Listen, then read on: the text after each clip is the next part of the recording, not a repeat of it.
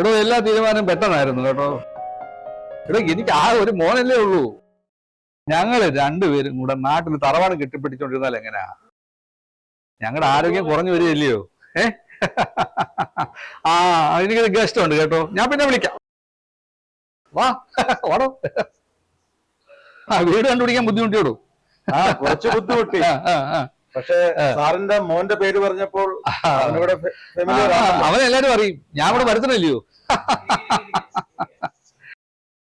ആ പിന്നെ എന്തൊക്കെയുണ്ട് വിശേഷം? നാട്ടുവിശേഷമൊക്കെ എന്തുണ്ട്?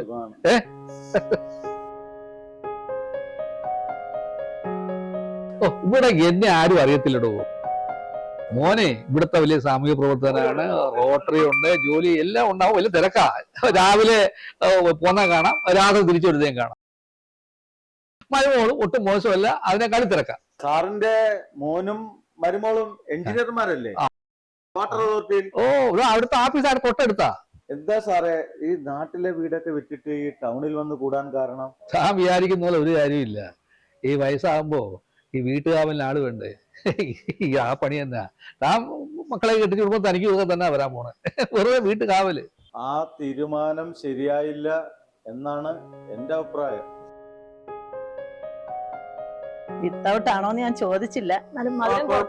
ഞാൻ കുറച്ച് മധുരം ഉപയോഗിക്കാറുള്ളൂ. മകന്റെയും മരുമോടെയും നിർബന്ധം ഞങ്ങളവിടെ ഒറ്റയ്ക്ക് താമസിക്കേണ്ടതാണ്. അവരുടെ തീരുമാനം അവര് പറയുന്നു, നമ്മൾ അനുസരിച്ചല്ലേ പറ്റൂ. പലരും ഞങ്ങളോട് പറഞ്ഞതായി നാട്ടിലെ വീട് കളഞ്ഞിട്ട് പോകുന്നത് ശരിയല്ല. ഞങ്ങൾക്ക് മകനെയും മരുമോളെയും വിശ്വാസമായി, അവരുടെ നിർബന്ധമാണ്. ആണും പെണ്ണുമായി ഞങ്ങൾക്ക് ഒന്നല്ലേ ഉള്ളൂ. ഞാനിപ്പോഴത്തെ നാട്ടു നടപ്പ് പറഞ്ഞതേ ഉള്ളു. രണ്ടുപേരും ഇവിടെ അടുത്ത് തന്നെയാ ജോലി, പക്ഷെ വരുമ്പോ പാതിരാത്രിയാവും. അവർക്ക് ആകെ ഒരു മകനല്ലേ ഉള്ളൂ? ആകെ ഒരു മോനേ ഉള്ളൂ, അവൻ +2 പഠിക്കുന്നു. സാറ് റിട്ടയർ ചെയ്തിട്ട് ഒരു വർഷമായോ? എടോ 1 വർഷവും 6 മാസവുമായി. ടീച്ചർ VRS എടുത്തു അല്ലേ? VRS എടുത്തതല്ല, എടുപ്പിച്ചതാ. സരസ്വതി ടീച്ചർ റിട്ടയർ ആയോ? റിട്ടയർ ചെയ്തു. ഇപ്പോൾ കുറെ കുട്ടികൾക്ക് ട്യൂഷൻ കൊടുക്കുന്നു, സൗജന്യമാ. കുട്ടികളെ വിട്ടുള്ള ഒരു പരിപാടി ടീച്ചർക്കില്ല. എനിക്കും ആഗ്രഹമുള്ള കാര്യമായിരുന്നു, പക്ഷെ ഇവിടെ വല്ലതും പറഞ്ഞാൽ അത് നടക്കുമോ?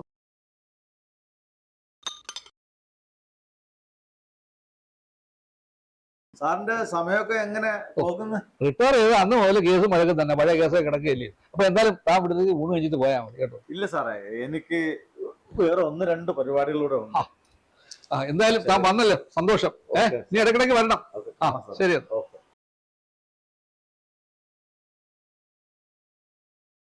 ഹലോ, നിങ്ങൾ ഇറങ്ങിക്കോ, ഞാനങ്ങ് എത്തിയേക്കാം. എല്ലാരും എത്തിയിട്ടുണ്ടല്ലോ അല്ലേ? 3-4 പേര് വേണം, കളക്ടറെ കാണാൻ പോകണ്ടതാ. ഞാൻ പറയാം. നീ എന്താ നേരത്തെ വർഷ വരുന്നില്ലേ? ഇല്ല, അവളിപ്പോ വരുന്നില്ല അച്ഛാ, അവള് പുറകെ വന്നോളൂ. കളക്ടറെ നമ്മുടെ ക്ലബിലേക്ക് വിളിക്കാനേ, എനിക്കിന്ന് 8:30 മീറ്റിംഗ് ചെല്ലേണ്ടതാ. 8:30 ആവുന്നു. അല്ല, എനിക്കിന്ന് കളക്ടറെ കാണാൻ അത്യാവശ്യം മീറ്റിംഗ് ഉണ്ട്. നിനക്ക് ക്ലാസ് ഇല്ലേ? കോളേജ് പോണ്ടേ? അതെന്താടാ? പിന്നെന്താ?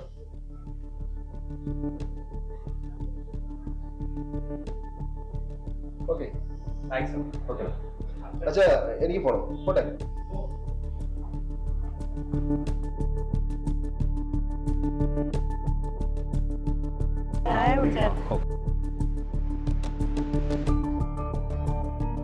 എന്താ ടീച്ചറെ രാവിലെ കാപ്പിക്ക് ദോശയാണോ?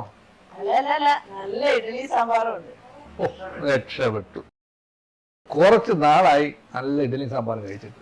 ഭക്ഷണം റെഡിയായില്ലേ?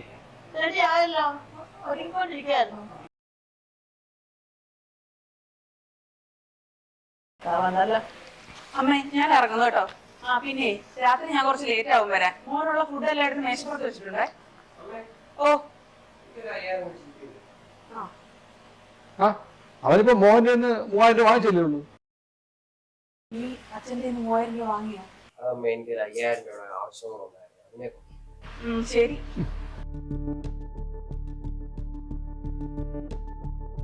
എന്നാ ശരി അമ്മേ, ഞാൻ പോയിട്ട് വരാം. എന്തോ ടീച്ചറേ എങ്ങോട്ടേക്ക് പോണു? ഞാൻ പ്രവീണിന്റെ ഫ്രണ്ടാ. ഇവിടെ ഒരാൾ ഇരിക്കുന്നുണ്ടില്ലേ? ഒരു സാമാന്യ മര്യാദക്ക് ഒരു അനുവാദം ചോദിക്കണ്ടേ? അതാ ഞാൻ പറഞ്ഞു, ഞാൻ പ്രവീണിന്റെ ഫ്രണ്ടാ. ഇത് ആരുടെ ഫ്രണ്ടാ? എനിക്ക് എങ്ങനെ അറിയാം? വിളിക്കാൻ ഇപ്പൊ വിളിക്കാൻ പ്രവീൺ. എന്തോ സത്രം വന്നു.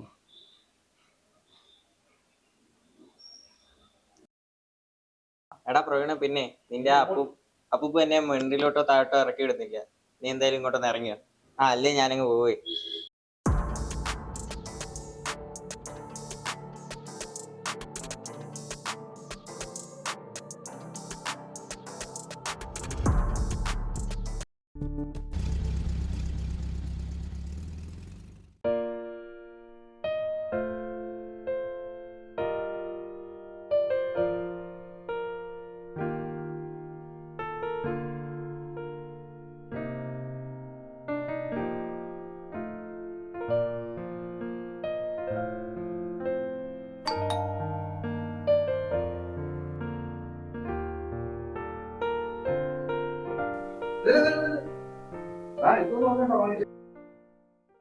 ആരെങ്കിലും എന്തെങ്കിലും കൊണ്ടെന്ന് പറഞ്ഞാൽ അപ്പോഴേ കൈന്നിട്ട് വാങ്ങിക്കും. അയ്യോ ഞാനത് ഓർത്തില്ല. ഇത് എന്തോ മോനെ ഇത്?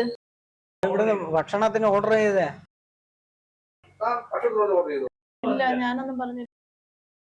വീട് മാറിപ്പോയതാ. ഇല്ലല്ല, വീട് മാറിയില്ല, ഇത് തന്നെ വീട്. വീട് ആരും വിളിച്ചിട്ടില്ലാന്നേ. വിളിച്ച നമ്പറിൽ വിളിച്ചു നോക്ക്. ഞാൻ വിളിക്കാം. എന്തെങ്കിലും കൊണ്ടുവന്ന് അപ്പോഴേ വാങ്ങിച്ചു വിളിക്കുക.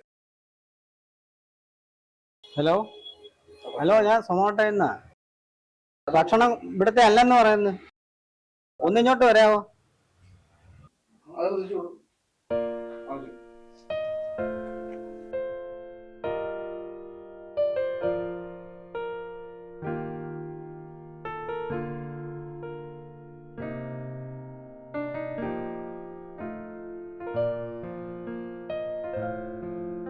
ഇപ്പൊ ശരിയാ. പൈസല്ലേ? പൈസ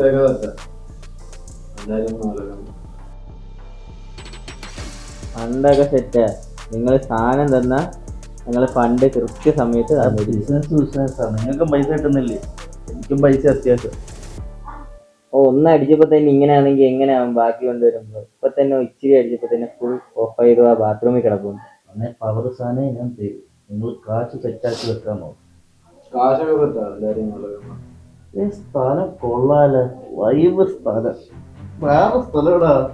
അപ്പൂപ്പനും അമ്മൂമ്മയുണ്ട്, സ്ഥലമൊക്കെ സൂപ്പറാ. പക്ഷെ അയാൾ ഇങ്ങോട്ട് കയറി വരാൻ നേരത്ത് ഇന്ന് ഒത്തിരി ചോദ്യം ചോദിച്ച് നിർത്തിയില്ല. അതൊക്കെ അങ്ങനെ തന്നെ. എനിക്ക് തോന്നുന്നില്ല അയാൾ ഇനി സമ്മതിക്കുമോ. അയാൾ അറിഞ്ഞാൽ വൻ വിഷയാവും. ചിലയെ എന്തൊക്കെ വന്നാലും സ്ഥലം സൂപ്പർ കേട്ടോ. ഇതുപോലൊരു സ്ഥലം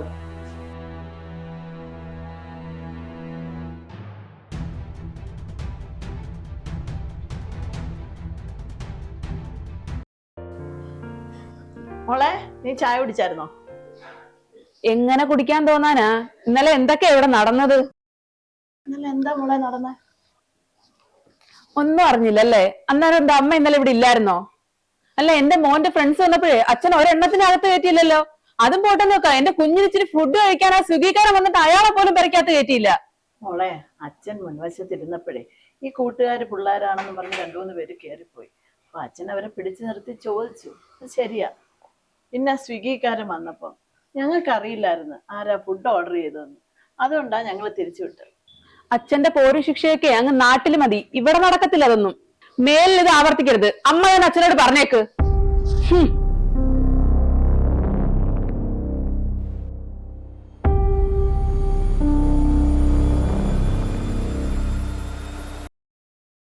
സാറേ, ഇത് എനിക്ക് പൂർണ്ണമായിട്ട് ബോധ്യത ഉള്ളതുകൊണ്ടാണ് ഈ സ്റ്റേഷൻ ചാർജുള്ള സാറിന് ഞാൻ ഏൽപ്പിക്കുന്നത്. എനിക്കെല്ലാം മനസ്സിലായി. ഇതൊരു വലിയ ചെയിനിന്റെ ഭാഗമാണ്. നേരിട്ട് വന്നത് കാര്യമായി. സ്റ്റേഷനിലാണെങ്കിൽ ആരെയും വിശ്വസിക്കാനും പറ്റും. ചാനലുകാരാണെങ്കിൽ കറങ്ങി നടക്കുക. എടോ, ഞാൻ താമസിക്കുന്ന വീടാണ്. അവനെ എൻ്റെ ചെറുമോനാണ്. ഈ കൂടുതൽ പ്രശ്നങ്ങൾക്ക് പോകുന്നതിന് മുമ്പ് നമുക്കിതൊന്ന് പൊളിക്കണം, അല്ലെങ്കിലേ കുട്ടികളുടെ ഭാവി പോവും, അത് ഉറപ്പാ. പല പേരൻസിനും ഇപ്പോൾ മക്കളെ നോക്കാൻ സമയം കണ്ടെത്തുന്നതേ ഇല്ല. സാറ് ധൈര്യമായിട്ട് പൊയ്ക്കോ. പക്ഷെ ഒരു കാര്യം, അവർ വരുമ്പോൾ എന്നെ അറിയിക്കണം. കുട്ടികളെ നല്ല ശരിക്കും ഒന്ന് വരട്ടണം. ഒന്ന് തല്ലിയാലും കുഴപ്പമൊന്നുമില്ല, ഇത് നല്ല തല്ലുകൊള്ളാത്തതിന്റെ കുഴപ്പമാണ്. പിന്നെ ഈ വാഹന പരിശോധനയിൽ ഇവന്മാരെ കണ്ടതായിട്ടും പിടിച്ചതായിട്ടും FIR എഴുതാവും. ഞാൻ ഏറ്റു സാറേ. സാറിന്റെ മകന്റെ സ്റ്റാറ്റസ് എനിക്ക് നന്നായിട്ട് അറിയാം. എനിക്കറിയാം, പക്ഷേ ഈ വിശ്വസിക്കാൻ പറ്റുന്ന പോലീസുകാരെ കൊണ്ടുവരാവൂ കേട്ടോ. അപ്പോഴേ ഞാൻ പറഞ്ഞ അല്പം ധൃതിയുണ്ട് കേട്ടോ. ചായ വേണം, വീട്ടുകാരി ഇവിടെ ഇല്ല. അതൊക്കെ സന്തോഷം കേട്ടോ. അപ്പൊ എല്ലാം പറഞ്ഞ പോലെ ശരി. അപ്പം ഒരു മിനിറ്റ്, പിന്നെ ഈ ചാനലുകാരും പത്രക്കാരും അറിയാതെ പ്രത്യേകം ശ്രദ്ധിക്കണേ. എന്റെ അവനവന്റെ സ്റ്റാറ്റസ് ഒക്കെ അറിയാമല്ലോ. ഇല്ല, വിശ്വസിച്ചോ. എനിക്ക് പൂർണ്ണ വിശ്വാസമാണ് സാറേ. അപ്പൊ ഞാൻ പോയിക്കോട്ടെ.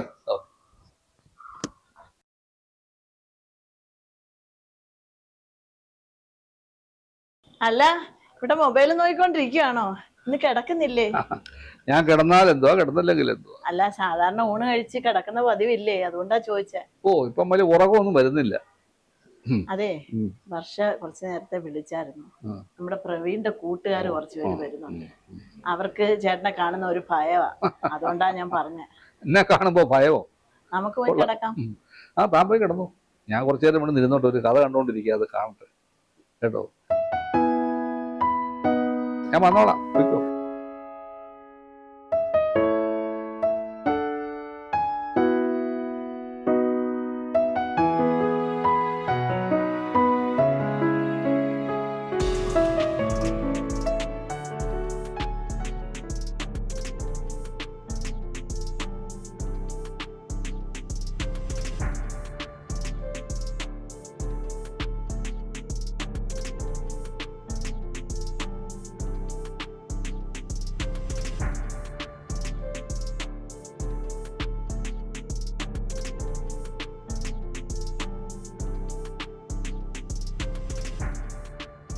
സാറേ,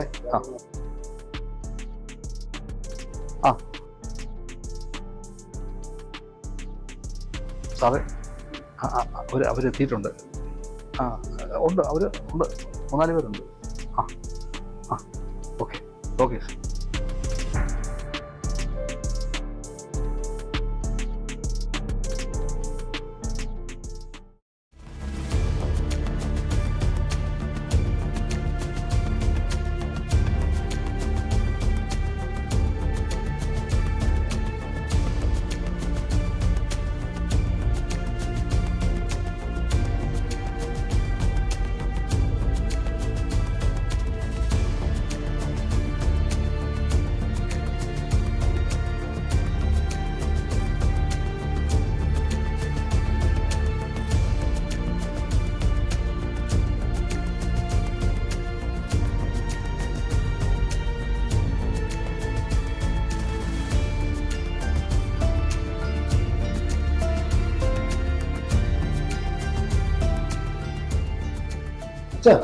എന്താ പ്രശ്നം? നമ്മുടെ വീട്ടിൽ പോലീസൊക്കെ വന്നിരുന്നു. ഒന്നും പറയണ്ട. മുൻവശത്ത് കുറെ ബൈക്ക് ഇരിക്കുന്നില്ലയോ, ആ ബൈക്ക് തിരക്കിയ പോലീസുകാരോട് വന്നത്. ആ ബൈക്ക് ആരുടെയാന്ന് ചോദിച്ചു. ഞാൻ പറഞ്ഞു എന്റെ കൊച്ചുമക്കളെയാണ്. അവരെല്ലാം കൂടെ പോലീസുകാർ അതിന്റെ പുറകെ മേപ്പോട്ട് കയറി പോയിരിക്കുക. എനിക്കെന്ന് അവരോട്, എന്റെ അമ്മയാണെങ്കിൽ നിങ്ങളെ വിളിച്ച ശേഷം അങ്ങോട്ട് പോയി അടുക്കളയിൽ കരയുന്നു. ഞാനിപ്പോ എന്ത് ചെയ്യാനോ? അത് കൊള്ളാമല്ലോ. നമ്മളറിയാതെ നമ്മുടെ വീട്ടിൽ പോലീസുകാർ കയറുന്ന. ചേട്ടാ, ആ കളക്ടർ ഒന്ന് വിളിച്ചേ. കളക്ടർ ഒന്നും വിളിക്കണ്ട, അവരിപ്പോ എന്താ വരും.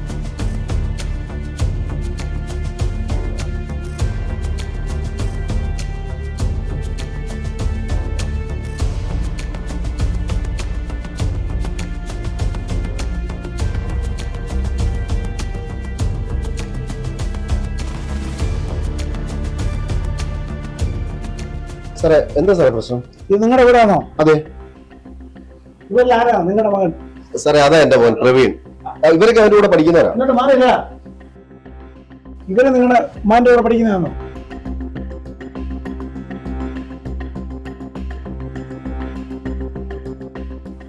ഇല്ല സാറേ, ഇവരെനിക്കറിയില്ല. ഞാൻ മുമ്പ് കണ്ടിട്ടുകൂടിയില്ല.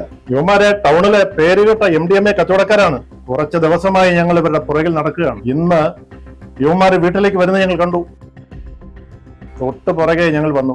സാറെ കുട്ടികളുമായിട്ട് ഇവന്മാർക്ക് ഒരു ബന്ധമില്ല. സാറുമാരെ കണ്ട് ഇങ്ങോട്ട് ഓടിക്കരുത്, വിടരുത്, ഒറ്റ ഒരെണ്ണത്തിന് വിടരുത്. നിങ്ങളുടെ മകനെ കുറിച്ച് നിങ്ങൾക്ക് പൂർണ്ണ വിശ്വാസമല്ലേ? അതെ സാറേ, എന്റെ മകനെ കുറിച്ച് എനിക്ക് പൂർണ്ണ വിശ്വാസം. അവൻ ഒരു തെറ്റും ചെയ്യില്ല. എങ്കിലേ ഇത് നിങ്ങളുടെ മകന്റെ മുറിയിൽ നിന്ന് കണ്ടെടുത്ത സാധനങ്ങളാ. MDMA ആണ്.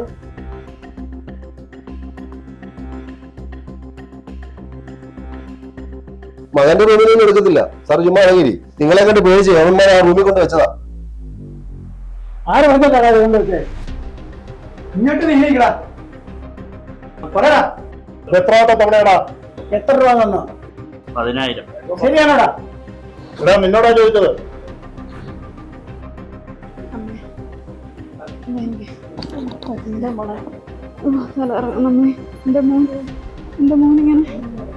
നിങ്ങളുടെ പേരൻസിനെ വിളി. ഇങ്ങോട്ട് നീങ്ങിക്കടാ. നിന്റെ നമ്പർ ഇതോ.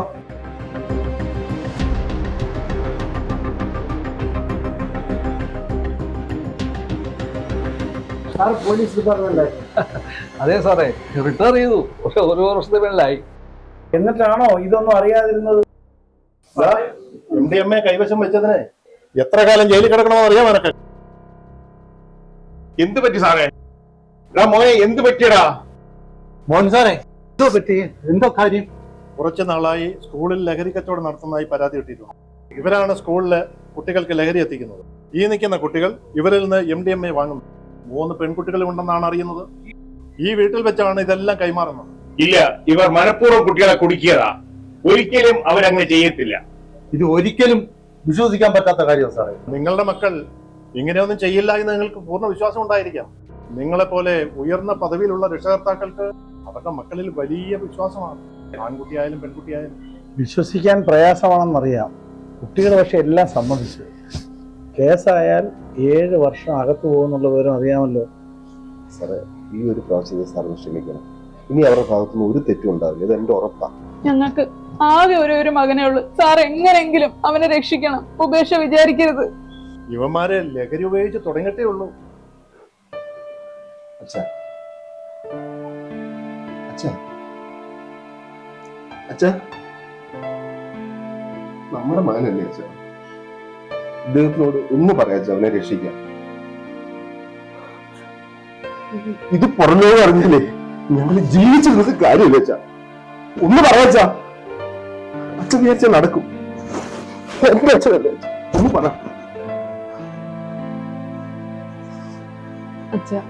അച്ഛന്റെ കൊച്ചുമോനല്ലേ അച്ഛ? അച്ഛൻ പറഞ്ഞ അദ്ദേഹം കേക്കും അച്ഛ. ഞങ്ങൾക്ക് വേണ്ടി ആ മോനെ ഓർത്തെങ്കിലും അച്ഛൻ ഒന്ന് പറ.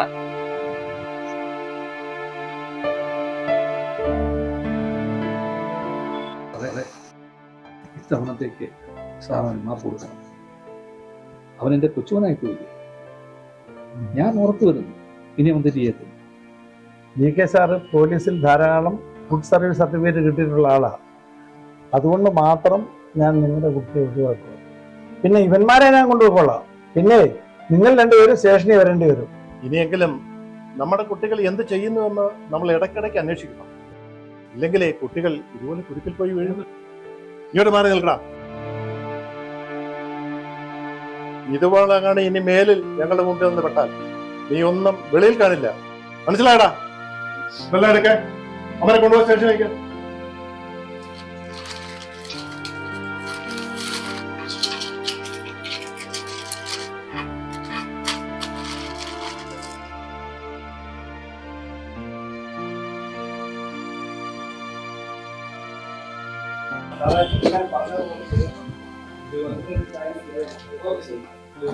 എടാ, ഇതിനാണോ ഞാൻ കഷ്ടപ്പെട്ട് വളർത്തിയത്? വാ, ഈ ബാക്കി കാര്യങ്ങൾ വീട്ടിൽ സംസാരിക്കാം. വിശ്വസിച്ച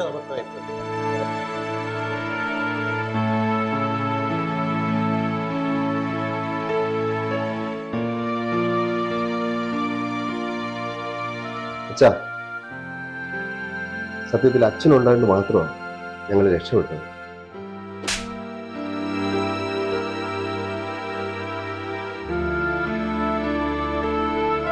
എടാ, നിങ്ങളോട് പല തവണ ഞാൻ പറഞ്ഞിട്ടുണ്ട്, ഇവനെ ശ്രദ്ധിക്കണം. ഇവന്റെ കൂട്ടുകെട്ട് ശരിയല്ല. ഞാൻ നിന്റെ ചെകിട്ടത്തടിച്ചതേ നീ എന്റെ മകനായതുകൊണ്ട്. നിന്റെ മകനെ ചെവിട്ടത്തിൽ അടിക്കാനുള്ള അവകാശം എനിക്കില്ല. ഇതുപോലെ നീ നേരത്തെ നിന്റെ മകനെ കൊടുത്തിരുന്നെങ്കിൽ ഇങ്ങനെ ഒന്നും സംഭവിക്കത്തില്ല. എന്തടി, ഒരു മോനെ ഉള്ളൂ എന്ന് കരുതി അവന്റെ എല്ലാ തോന്നിവാസത്തിനും നിങ്ങൾ കൂട്ടുന്നു, അവനെ വഷളാക്കി. നീയൊക്കെ കൂടെ തന്നെ അവനെ വഷളാക്കിയത്. അവൻ എന്തെങ്കിലും കാശ് ചോദിച്ചാൽ ഉടനെ അതിന്റെ ആവശ്യം മനസ്സിലാക്കാതെ ചോദിക്കുന്ന കാശ് ഗൂഗിൾ പേ ചെയ്ത് കൊടുക്കുക. ഇപ്പൊ എളുപ്പമുണ്ടല്ലോ. അച്ഛാ, അതവൻ ഇടയ്ക്കൊക്കെ ചോദിക്കുന്നതേ പെട്രോൾ അടിക്കാനും ഫീസ് അടയ്ക്കാനും ഒക്കെയാണ് ഞങ്ങൾ കരുതിയത്. ഇങ്ങനെ ഒന്നും വരുമെന്നേ ഞങ്ങൾ ഒരിക്കലും സ്വപ്നത്തിൽ പോലും കരുതിയില്ല അച്ഛാ. എന്തിനാ അതും ഇതും പറഞ്ഞ് നീ അവരെ വിഷമിപ്പിക്കുന്ന? ഇനി ഞങ്ങൾ ആരെയും വിഷമിപ്പിക്കാൻ ഉദ്ദേശിക്കുന്നില്ല. താൻ പോയി തന്റെ ഡ്രസ്സൊക്കെ എടുത്ത് വയ്ക്കും. നമ്മളെ ഇവിടെ നാട്ടിലേക്ക് പോവാം. ഇനി ഇവിടെ താമസിക്കുന്ന പ്രശ്നമില്ല.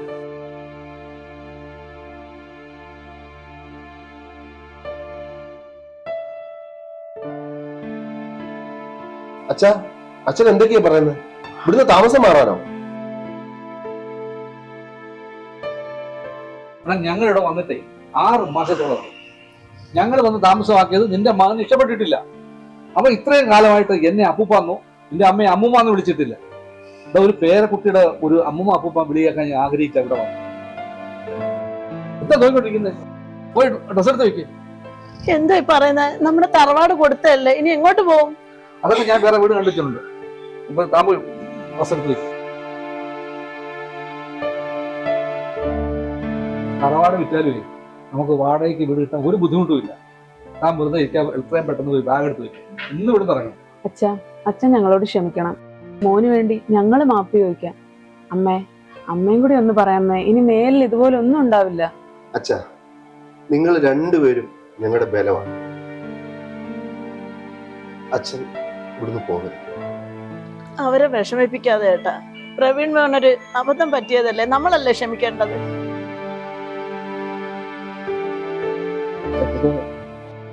എന്നോട് ക്ഷമിക്കണം അപ്പൂപ്പ.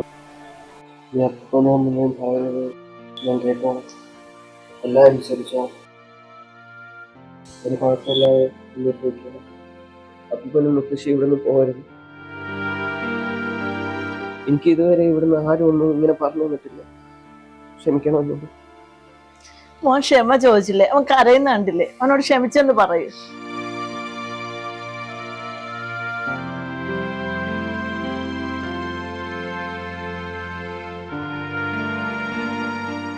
മോനെ, ഈ കണ്ണീര് സത്യസന്ധമാണെങ്കിൽ ഈ അപ്പൂപ്പൻ മോനോട് ക്ഷമിച്ചിരിക്കും. കേട്ടോ? നീ സ്വന്തമായിട്ട് തെറ്റ് മനസ്സിലാക്കി അപ്പൂപ്പനോട് നീ ക്ഷമ ചോദിച്ചിരിക്കുക. ഞാനേ നിന്നോട് ക്ഷമിച്ചിരിക്കും. കേട്ടോ? സമാധാനമായോ? അപ്പൂപ്പന്റെ കൈക്ക് എന്തോ ഒരു കത്തിയ. ഈ കൈ കൊണ്ടല്ലേ അപ്പൂപ്പൻ അപ്പയെ തല്ലിയത്? അപ്പൂപ്പന്റെ അടുത്ത് എനിക്കൊരു കാര്യം പറയാൻ. എന്താ മോനെ?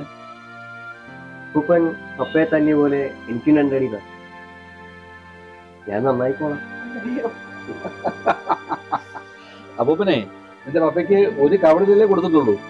ഞാൻ നിന്റെ കവളിൽ 2 കവളിലും മാറി മാറി ഞാൻ തല്ലി. ഇതുപോലെ